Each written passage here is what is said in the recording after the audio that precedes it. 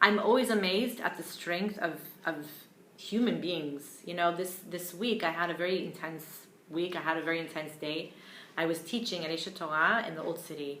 And after that, there was a couple who came to the students, these incredible women who have come and to volunteer and to be supportive of Am Yisrael and to take classes in Torah and to learn and to grow and to connect. And these women were listening and I was listening. I was sitting in the front seat and then I realized that they needed a translator. I jumped up and I'm translating the story. And this beautiful couple, this amazing couple that was at the music festival on October 7th.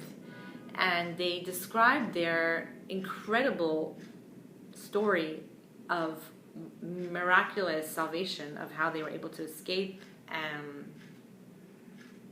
the terrorists, the murders, the missiles, the guns, the incredible. It was just, it was very emotional. As the couple was telling us the story, you saw that there were still tears. They described how many of their friends had been murdered, how many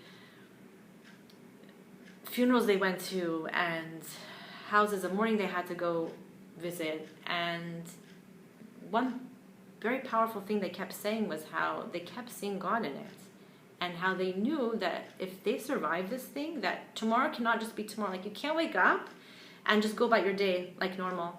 And it gave them so much perspective on life, and they started taking upon many things in order to get closer to God. And they took upon themselves many Torah observant.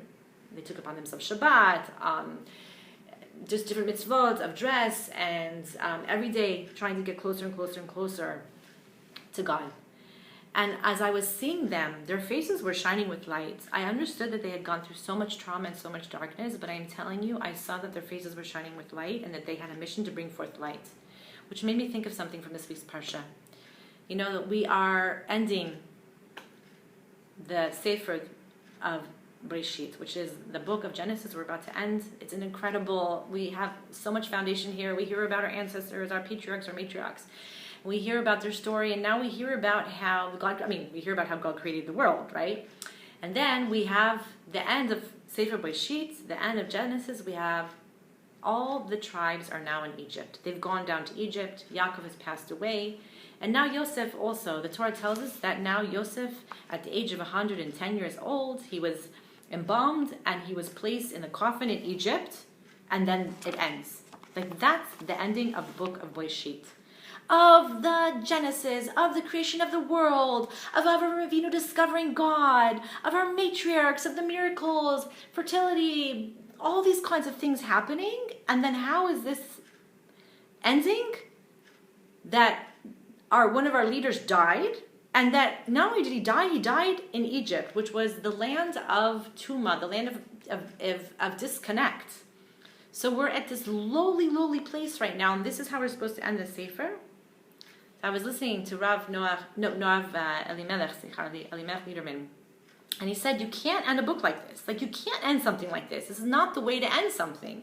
And it brings a Zohar Kadosh also that says that Yosef, when it says that he dies, it means like we're talking about a spiritual death. There was a spiritual death here of disconnect, and they were in a place of complete and total disconnection. The darkest of the dark. And then that's how you end. But then what are we saying? At the end of every single Sefer, at the end of every time we end a book of Chumash, there's a tradition. What do we say? Chazak, chazak, v'yitchazek. We say, get strong, be strong, and may we be strengthened. Which to me, it made me think of this couple, because here they had lived through such darkness. They were at the lowest of low of the spiritual connection. And in that moment, they tell the story about how they're running away. They are saying Shema Yisrael. They're connecting to their God. They're asking God for protection. They even said the prayer of the traveler as they're running. Totally seeing God's hand and now bringing so much light into this world. And I realize in your darkest moment, what is the message here that we're being given? Is chazak, chazak, v'yitchazek.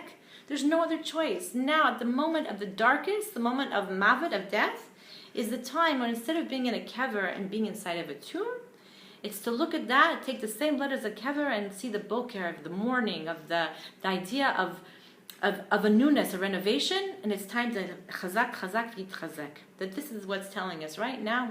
We've been in this war for over 2 months. It's kind of like people keep asking me, how's it going there? And I'm like, why? It feels so draining. I feel like it's like getting so draining, and it's hard to stay it's hard to stay like, hopeful. And now's the time where we're getting in our darkest moments to chazak, chazak, v'yitzchazek. Shabbat shalom.